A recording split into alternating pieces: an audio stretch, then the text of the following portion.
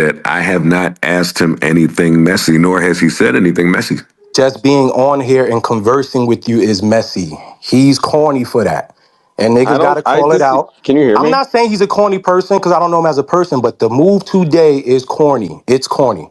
And niggas gotta call it out for what it is. I'm sorry. Hello? Hello?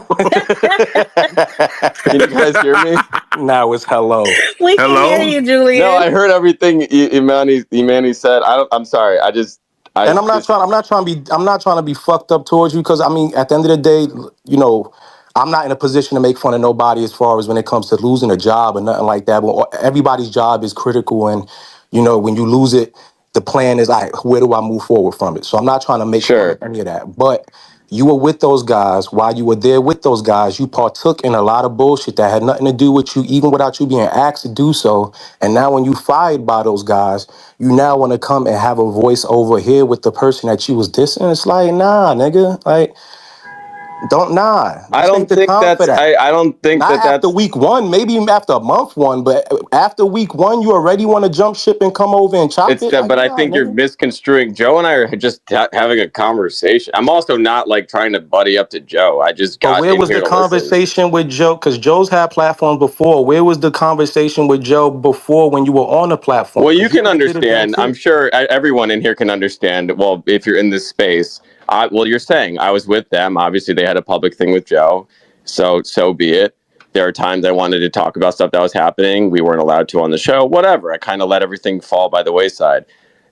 In that time, like I was, you know, and I was hired by them, so they made it very clear that hey, never talk about these things. Don't the boogeyman talk about. You know what I mean? So I was never in a position to ever talk to Joe or talk like about him, so to speak. So like to what you're referring, like the 2 or 3 times they may have tweeted about something or something like the news or the headlines, I would go to the studio and be like, yo, just please like don't do that, which is why it like kind of tapered off immensely with me.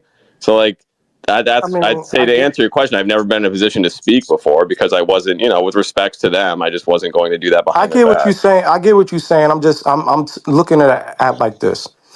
If I work with Joe for however many years I work with Joe, and then he has let's just take DJ Head. He has a beef with DJ Head, right? Not serious beef, just back and forth, whatever, boom, boom, similar to him and Rory and all that. And then he fires me. And then the whole time him and DJ Head been beefing, I've been throwing in my little pop shots and boom, boom, being funny. I don't even know DJ Head like that, but I just been being funny, this and this and this and that. And then a week after I get fired by Joe, I'm in DJ Head spaces, keying. That don't look kind of lame. Well, I think you're putting the keying's not happening. That's not what we're doing. Talking, period. See, that's where I'll disagree with you. I don't think that there's an issue with Joe and I talking to each other.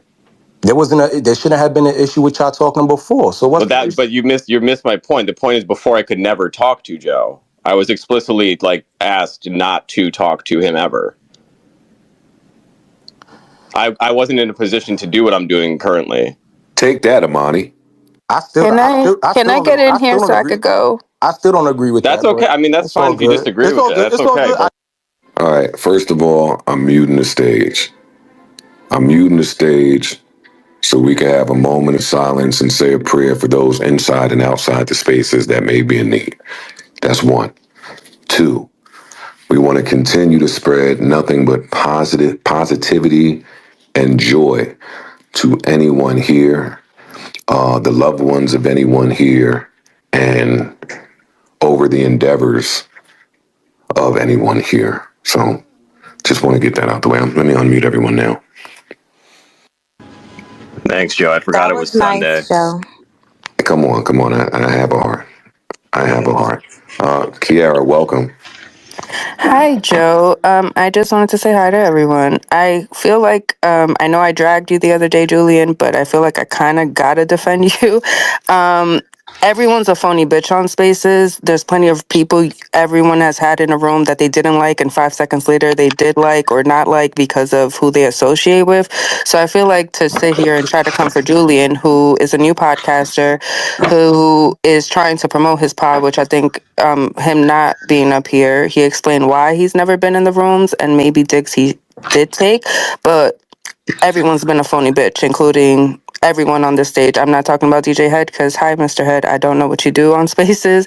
I'm not sure about Ian either, but people sit here and talk to people one day and then flip on them the next. So I feel like, Julian, I have come for you when you were on the pod and not on the pod. I do respect you going on your own. I do respect, like, what you Why were you put. coming for him, Kiara? Well, Julian has never been my cup of tea. I don't want to sit here and drag him today. If he wants to come in a space that I am in and DM me or whatever like that, and come and promote his pod or whatever, but I've told Julian the things I don't like about what he does to his face, and I make jokes, which people took offense and were killing me for a week for you, Julian, but I don't want to shit on him, like, going out there. There's things I don't like how he goes about it. Like, I'm not a fan, but I do appreciate what he brought to the other pod. And I did watch your live stream, which I actually thought was really good. But I don't need to sit here and get messy with Julian about what I don't like. But I do feel like we're holding people to certain standards. And I feel like it's a lot of bullshit because you were in rooms with people specifically, like, not trying to bring you specifically Amani, but with people in rooms talking to them, and now you don't talk to them. But I feel like Joe's probably always had a Name the problem with. people. Name the people.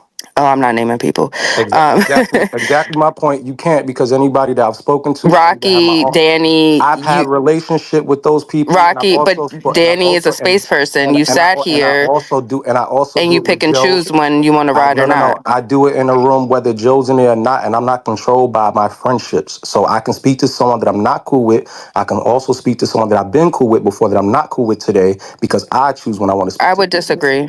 Yeah, well, you can disagree. That's fine, but you're wrong. Because you've sat You here are and talked to wrong. those people, and then Joe comes in a room and said he has a problem, and now the energy shifts. I do. The difference is, I still speak to them whether Joe is in a room or not.